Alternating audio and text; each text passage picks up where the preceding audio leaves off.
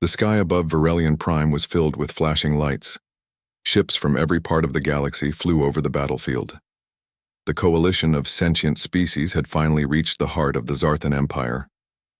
Their mission was clear: stop the alien Queen Zelvara before she destroyed another planet. For years, Queen Zelvara had ruled with fear. Her army was made of strange, tall creatures with glowing eyes and metal skin. She controlled them through her mind, using powerful psychic energy. No one dared to stand against her, until now. The coalition had prepared for this day. 40 different alien races joined together, bringing their strongest warriors, smartest scientists, and best technology. Earth was the newest member of the AO coalition. Their people were still learning about life beyond their own planet. Even so, Earth had sent a small group to help. Among them was Eli Carter, a quiet man from a small town on Earth. He was not a soldier or a leader. He was a high school science teacher. His job was to observe, take notes, and report back to Earth. He had never been in a real war zone before. As the Coalition's fleet entered Verelion Prime's orbit, the battle began. Powerful energy beams shot through the sky. Explosions lit up the dark clouds. On the ground, soldiers fought through strange alien terrain covered in purple plants and glowing stones. The air was thick and the gravity was heavier than Earth's. But still, they pushed forward. At the front line was Commander Atri Valen, a tall Varnari warrior with bright green armor. He had led battles on 10 different worlds. Calm and serious, he was respected by everyone under his command.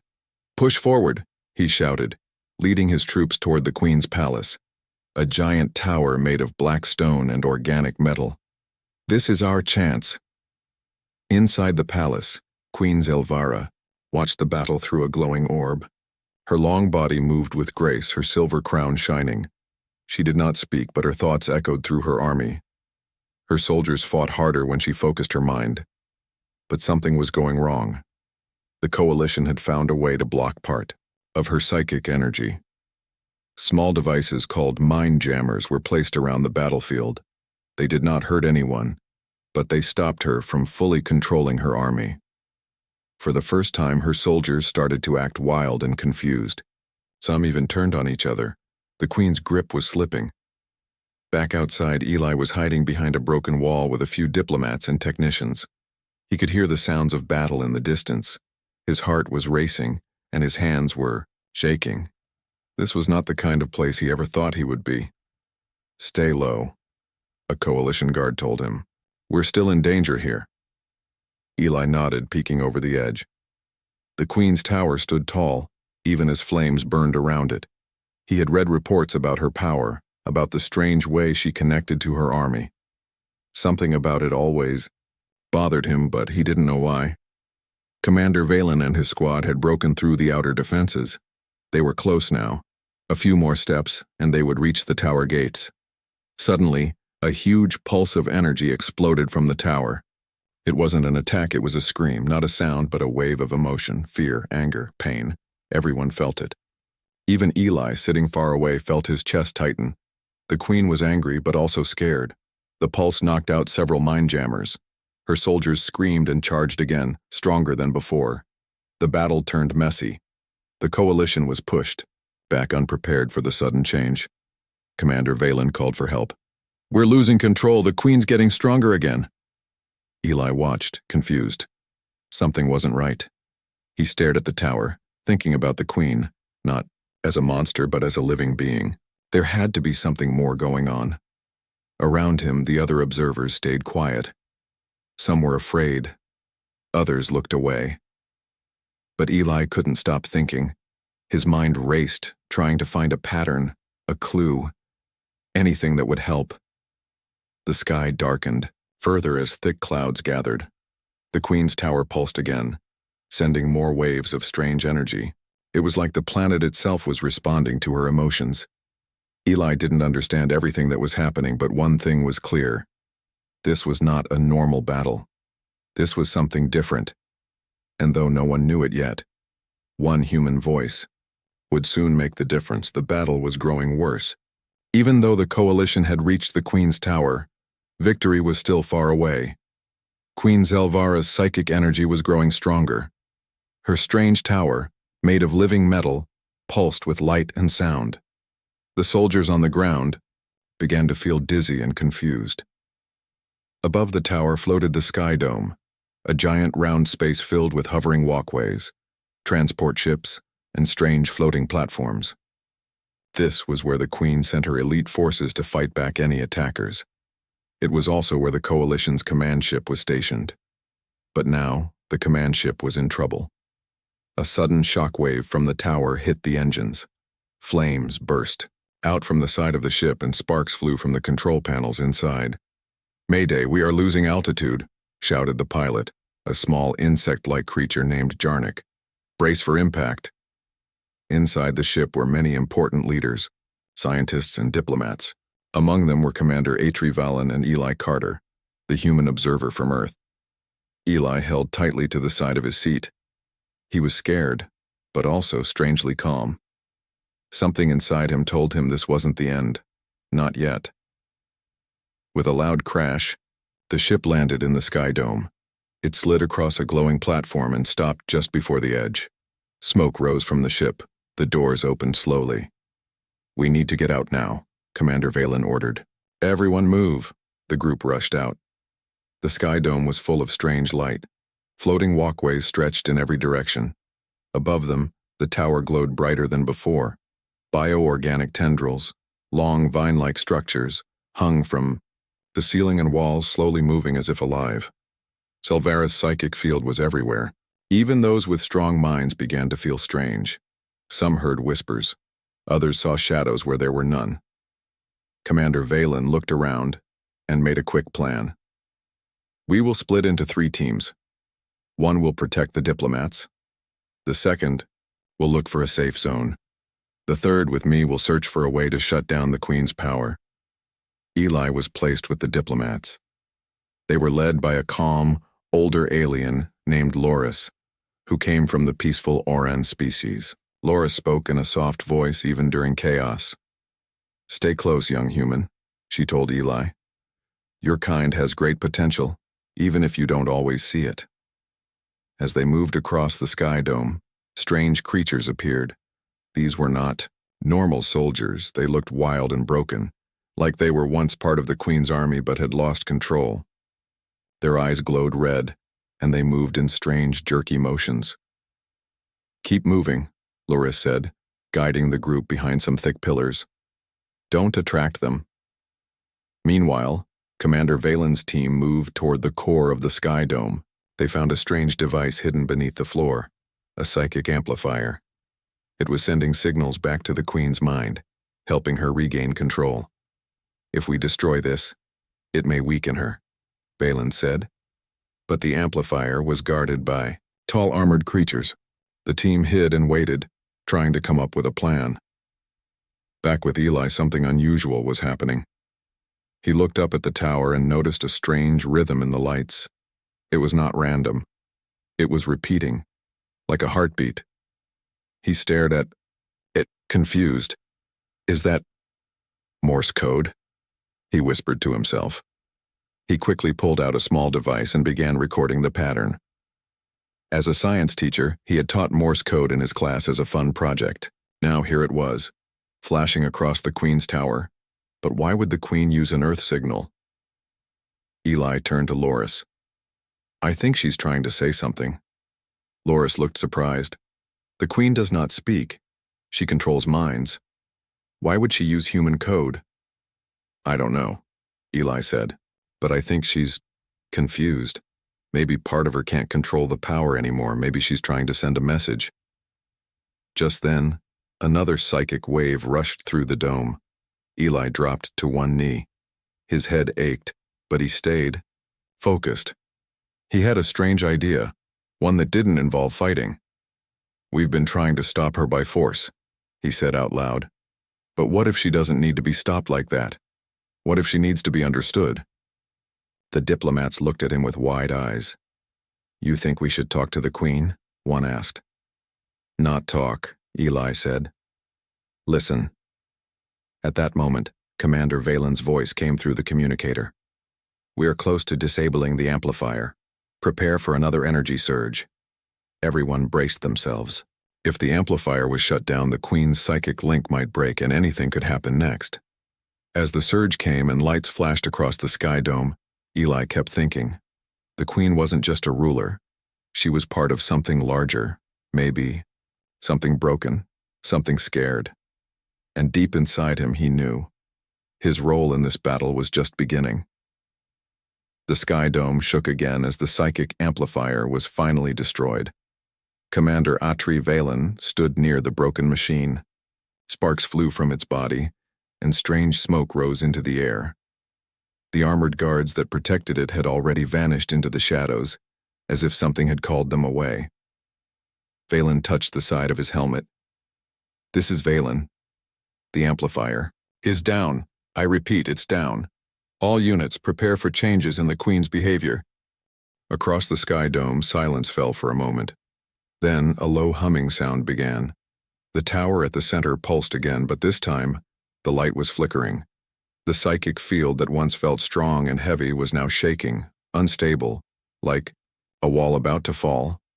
Eli Carter, still with the diplomat group, felt the difference right away.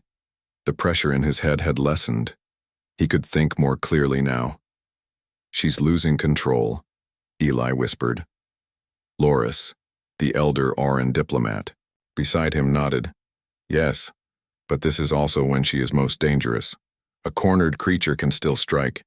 Suddenly loud cries came from the far side of the dome. The Queen's soldiers, those strange glowing-eyed creatures, began to fight each other. Some dropped their weapons and simply sat down, confused. Others howled and ran in circles. Without the amplifier and the Queen's full control, her army was falling apart. The coalition troops slowly moved forward. From many directions, teams joined near the base of the tower. Commander Valen led one team, his green armor marked with dust and burns. Eli and the diplomats were brought to a safer zone behind a shield barrier. As the coalition discussed their next move, Eli walked to the edge and stared at the tower. Its lights continued to blink. His eyes followed the pattern again. ... Dash, dash, dash, ... It was Morse code. It was repeating the same signal. SOS.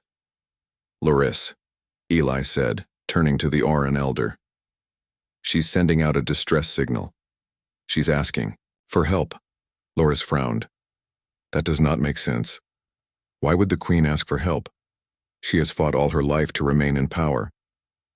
"I think something inside her is breaking," Eli said. "Maybe the power is too strong. Maybe she can't control it anymore. What if her mind is being pulled in two different directions?" Valen joined them, overhearing the conversation. "Are you saying she is not doing this on purpose?" "Saying," Eli replied slowly, "that we may be fighting the wrong battle. She might not need to be defeated. She might need a way out." Valen stared at him for a moment, then he asked, "Do you have a plan, human?" Eli thought hard. "We need to understand what's happening inside her mind. If she's still sending a human signal, maybe something human reached her before. A message? A memory? If we can connect with that, we might be able to stop this without destroying her, or this world." The coalition leaders were unsure. They had spent years preparing for war. But now, a human teacher was suggesting peace. Through understanding, Valen raised his hand. "Let the human try. We'll prepare a backup team in case the Queen attacks again. But if there is a chance to end this without more fighting, we must try it." They began gathering information. The Queen's old messages, energy patterns, and past data collected by spy units were studied. That's when Eli found something strange. 5 years ago, the Queen had received a transmission from a small Earth satellite. It was part of an old program, sent to deep space to share human music, pictures, and languages. The Queen had intercepted it. It must have been her first contact with human culture, Eli said. Maybe she heard music. Maybe she saw peaceful images, maybe. For just a moment she felt something else. Something gentle. Loris looked at the images. If that memory stayed inside her, it could be what's fighting her power now. They quickly built a signal device based on the Queen's psychic wavelength.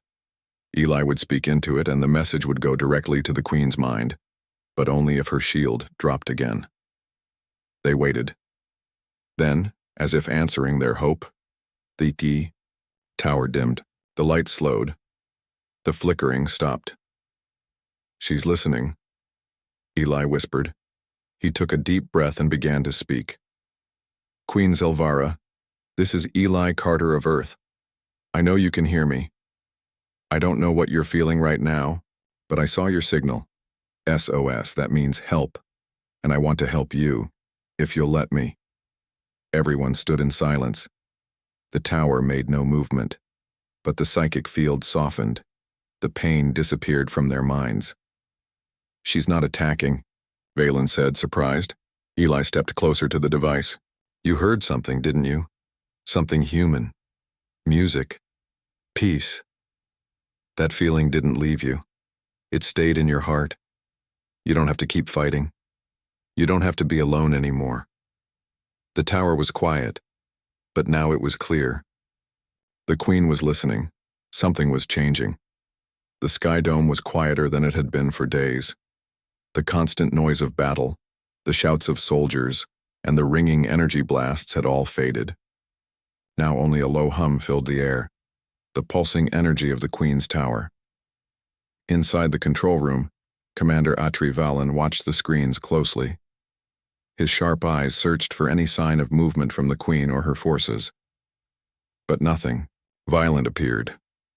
Beside him, Eli Carter, the human teacher turned unlikely messenger, stood nervously.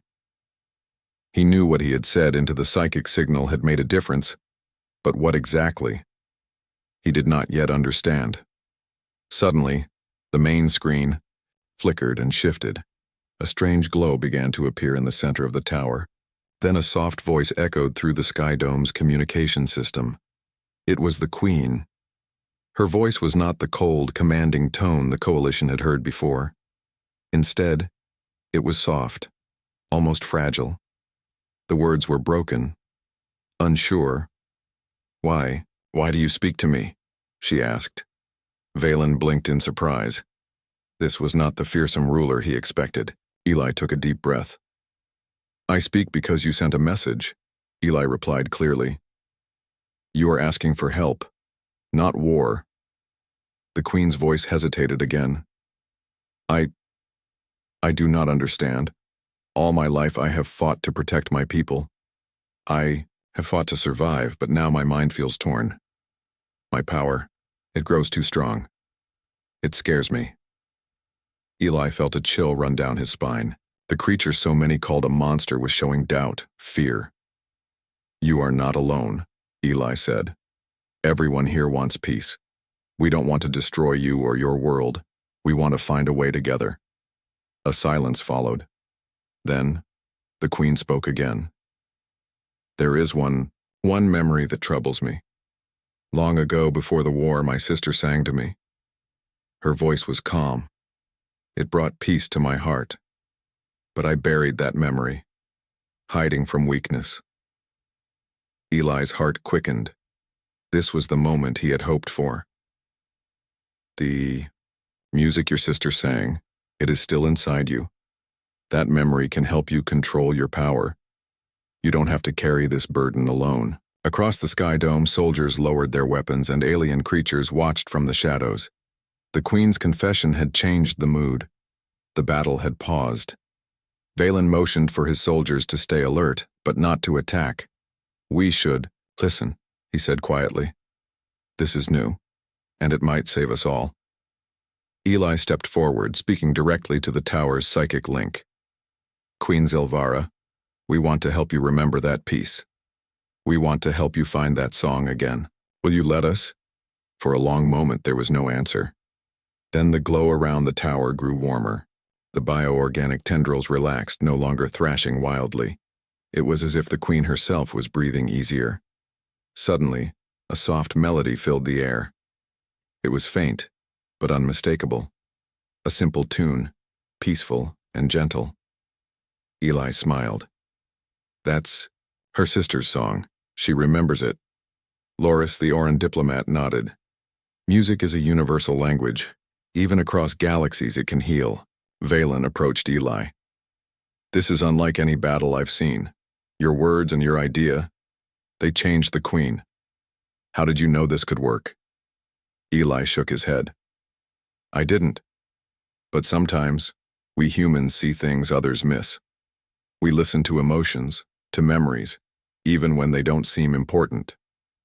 The Queen's voice returned stronger now. I want to stop the fighting, but my body is tied to this suit, this power. It resists peace. Valen frowned. Then we need to find a way to help you remove it. Eli looked up at the tower's shining spire. If we can reach her, maybe we can help her break free from the suit's control. The Queen's psychic signal reached out again, guiding a small group of coalition soldiers and scientists toward the heart of the tower. Eli was among them. As they moved through glowing halls and organic walls, Eli felt hope growing inside him. The Queen was no longer the enemy. She was a person, trapped by her own power and fear. Inside the throne room, the Queen waited. Her eyes, glowing faintly, watched the group enter. Will you help me? She asked. Eli stepped forward, meeting her gaze. Yes, we will. Outside the battle, the message spread across the coalition fleets. The war might not end with weapons, but with understanding and trust. And it all began with a human's voice, unexpected, simple, and brave. The throne room was unlike anything Eli Carter had ever seen. It was a vast space filled with strange living walls that pulsed softly with light. The air smelled faintly of metal and flowers, a curious mix. At the center stood Queen Zelvara, her silver crown gleaming even in the dim light. Around her, the biosuit hummed softly. A powerful machine fused with her body. It gave her strength, but it also held her captive. Eli could see the pain in her glowing eyes. The power that once made her feared was now a heavy burden. Commander Atri Valen and a team of coalition scientists stood nearby. They examined the biosuit carefully. Their tools were small but advanced, designed to interfere with the suit's control systems. We need to shut down the suit without harming the Queen, Valen said. But the suit adapts quickly. It will fight any attack. Eli nodded. That's why we need to try something different, not just force. We need to reach her mind, to help her fight the suit from the inside. The scientists looked at him in surprise. How? Eli took a deep breath. The biosuit feeds on her emotions, especially anger and fear. If we can change those feelings even for a moment, the suit will weaken. The Queen's voice came softly through the psychic link. My mind is a storm. The suit grows stronger when I resist, but when I feel peace, I am weak. Then we will give you peace, Eli said. The plan was simple, yet risky. The coalition's empathic species, aliens who could sense and share emotions, would work together with Eli to send feelings of calm and hope into the Queen's mind. At the same time, Valen's team would try to disable the suit's power source. As preparations began, Eli felt the weight of the moment. This was no ordinary battle. It was a battle for a soul. The empathic aliens gathered around Eli. Their skin shimmered with soft colors. They reached out with their minds, ready to connect. Eli closed his eyes and focused. He thought about his family, his small town on Earth, and the peaceful moments he had known. He imagined the Queen feeling safe, free from fear. Slowly, the empathic energy flowed into the psychic link. The Queen's mind was flooded with calm. At the same time, Valen's scientists worked on the suit. Tiny drones moved over the living metal, searching for weak points. Suddenly, the biosuit pulsed violently. The Queen gasped, clutching her head. It fights back, Valen shouted. Keep the pressure on. Eli tightened his focus. Hold on. Queen, you're stronger than this suit. The biosuit's light dimmed. The tendrils that wrapped around the Queen's arms loosened. Her breathing slowed. A soft melody began in the background, the same song her sister once sang. The Queen's eyes filled with tears. I remember, she whispered. I remember love. The suit's power faded further. Valen's team found the core, a small glowing crystal. Carefully they removed it. The biosuit shrank and cracked, breaking away from the queen's body. She collapsed onto the floor, exhausted but free. Eli helped her sit up. "You did it," he said softly. The queen looked at him with new understanding. "Thank you, human. You saw me when others only saw a monster." Outside the tower, the coalition forces cheered. The battle was over. But more than that, a new hope had been born. Eli smiled. Sometimes the strongest weapon is a kind heart. The throne room was silent except for the soft breathing of Queen Zelvara. Freed from her powerful biosuit, she sat on the glowing floor, looking small and tired. Her silver crown, once shining brightly, now seemed heavy, as if it held the weight of all the battles she had fought. Commander Atri Valen stood beside Eli Carter. Both looked at the queen with respect and a new kind of hope. The battlefield. Outside was quiet, as if the entire planet waited to see what would happen next. The queen's eyes slowly opened. She looked around, confused. "What happened?" she whispered. "You are free," Eli said gently. "The suit no longer controls you." Zelvara's gaze focused on him. "I feel strange, lost, but also lighter." Valen stepped forward. "You have been through much, Your Majesty. The war has taken a toll on everyone, but there is still a chance for peace." The queen nodded slowly. "I want peace, but my mind is still torn. The biosuit changed me. It awakened anger and fear I did not know I had. How can I be sure those feelings will not return?" Eli looked thoughtful. "The suit was strong because it fed on your emotions. But now you have a choice. You can choose what feelings to hold on to." Loris, the calm Oran diplomat, joined them. "Healing takes time, Queen Zelvara. Your people need a leader who understands pain, but also hope." The queen looked away for a moment, then back. "My soldiers, they were lost without me. Without the suit's control, many do not know what to do." Valen nodded. "We will help your people. Together." Suddenly, a strange feeling filled the room. The queen's mind shifted again. She gasped softly. "I feel something inside," she said. "A fracture, like a battle within myself." Eli's eyes widened. "The biosuit may be gone, but its effects remain. Your mind is healing, but some parts are still broken." The queen looked worried. "What if I lose control again?" "Then we face it together," Eli said firmly. "You are not alone." For days after the battle, the coalition worked with the queen and her people. They helped rebuild cities, heal wounded soldiers, and bring peace to the land. Eli spent hours talking with the queen. She shared stories of her childhood, of her sister's song, and of the pain she had hidden for so long. One evening, as the sun set over Virelian Prime, the queen stood with Eli outside the palace. The sky was a mix of orange and purple. The planet felt alive and hopeful. "Thank you, Eli," she said softly. "You showed me a path I never saw before." Eli smiled. "You showed me that even the strongest can be broken, and even the broken can become strong again." The queen turned to her people, who watched quietly. "We will build a new future," she said. "One where peace is stronger than fear." The coalition celebrated the victory, but more importantly, the new beginning. Eli returned to Earth months later, carrying stories of courage, hope, and unexpected friendship across the stars. And in the hearts of many, the lesson remained clear. Even when all seems lost, understanding and kindness can change everything.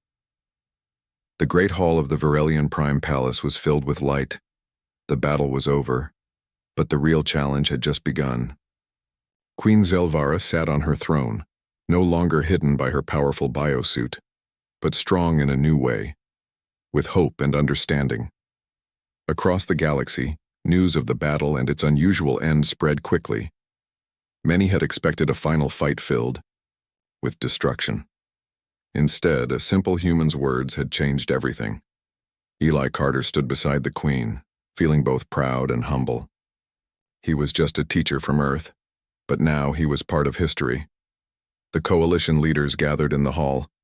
Commander Atri Valen spoke first. "Your Majesty, the galaxy watches. Your choice today will shape the future of many worlds." The Queen nodded slowly. "I have chosen peace. I want to rebuild what was broken, to lead not with fear but with trust." Her voice was calm but strong. She looked at the coalition leaders. "I ask for their help, not as conquerors, but as partners." There were murmurs of surprise. Many aliens had never heard a ruler speak like this before. But there was also respect. Loris, the elder diplomat from the Oran species, smiled. "This is the beginning of a new era, one where old enemies become friends." Outside the palace, soldiers and citizens watched and listened. The Queen's words gave them hope. Years of war had made many weary, but now they saw a chance for something better. Eli noticed the change in the crowd. People were smiling, talking, quietly, planning for the future. A child from the nearby village approached Eli. "Are you really from Earth?" she asked shyly. Eli smiled. "Yes, I am." "Thank you for helping the Queen," the child said. "You saved us all." Eli knelt down. "It was not just me. It was all of us working together." The Queen held a meeting with her closest advisors. They discussed how to rebuild the cities and help the soldiers who had been confused and scared. "We must teach them new ways," Zelvara said. "Ways of peace, not war." Eli was asked to help train new leaders, sharing what he had learned from Earth about cooperation and understanding. Days turned into weeks, and slowly, the planet began to heal. The Queen took time to visit the places damaged most by the war. She spoke with families and listened to their stories. The people began to trust her again. One evening under the stars, Eli and the Queen talked quietly. "Do you regret the battles?" Eli asked. The Queen shook her head. "No, they showed me my weakness and my strength. Without them, I would never have found peace." Eli nodded. Sometimes the hardest lessons are the most important. The galaxy watched as Varelian Prime changed. Old enemies worked side by side, and new friendships were made. Eli returned to Earth with stories of hope and courage. He knew humanity was still young among the stars, but their true power was in their kindness and curiosity. As the ships left Varelian Prime, the Queen stood tall, looking to the future. Her choice had saved her world and inspired many others, and, somewhere deep inside, she knew that no matter what came next, she would never be alone again.